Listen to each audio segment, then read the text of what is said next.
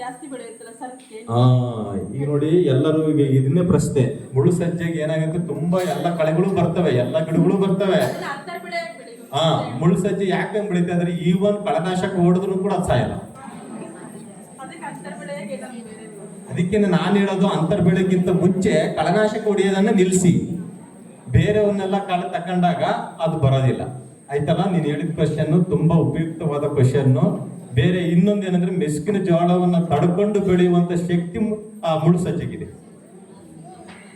ಅದು ಬಿಟ್ಟಿದ್ರೆ ಸಾಕು, ನಮ್ಗೆ ಸ್ಪೈ ತರ ಚುಚ್ಚುತ್ತೆ. ಹಾಗಾಗಿ ಲಾಡಿ ಸೊಡಿ ಅದನ್ನ ಮಾಡಿ. ಸರ್, ಸೇವಂತಿಗೆ ಹೂವಿನ ಗಿಡ ಹಾಕಿವಿ ಸರ್. ಅದು ಸ್ವಲ್ಪ ಕಂದು ಬಣ್ಣ ಹಾಕಿ ಬೆಳವಣಿಗೆ ಆಗ್ತಾ ಇಲ್ಲ. ಎಷ್ಟು ಮಾಡಿದ್ರು ಸೇವಂತಿಗೆ ಗಿಡ ಓಪನ್ ಅಲ್ಲಿ ಬೆಳೆದಿದ್ದೀರಾ ಅಥವಾ ಪಾಲಿ ಹೌಸ್ ಅಲ್ಲಿ ಬೆಳೆದಿದ್ದೀರಾ? ಓಪನ್ ಆಗಿ ಬೆಳೀತಾ ಇದೆ. ಓಪನ್ ಆಗಿ ಚೆನ್ನಾಗಿ ಬರುತ್ತೆ ನಿಮ್ ಕಡೆ. ಯಾವ ತಮ್ದು? ನಮ್ದು ಮಾದೇನಹಳ್ಳಿ ಸರ್, ಹೊನ್ನಾಳಿ ತಾಲೂಕು. ಓಕೆ, ಅಲ್ಲಿನೂ ಕೂಡ ತುಂಬಾ ಚೆನ್ನಾಗಿ ಬೆಳೆಯಬಹುದು. ನಾವು ಸೇವಂತಿಗೆ ಬೆಳೆದಾಗ ಅದಕ್ಕೆ ರೈಸ್ಡ್ ಬೆಡ್ ಮಾಡ್ಕೊಂಡಿದ್ದೀರಾ?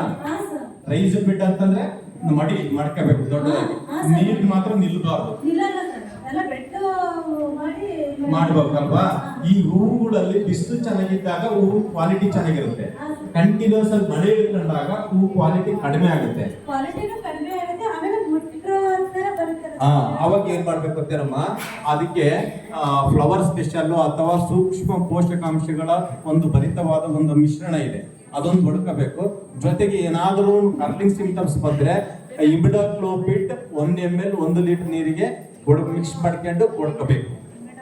ಇಮಿಡಾಕ್ಲೋಪಿಡ್ ಅಂತ ರಸ ಇರುವಂತ ಕೀಟಗಳನ್ನ ತಡೆಗಟ್ಟಿಕೊಳ್ಳೋದು.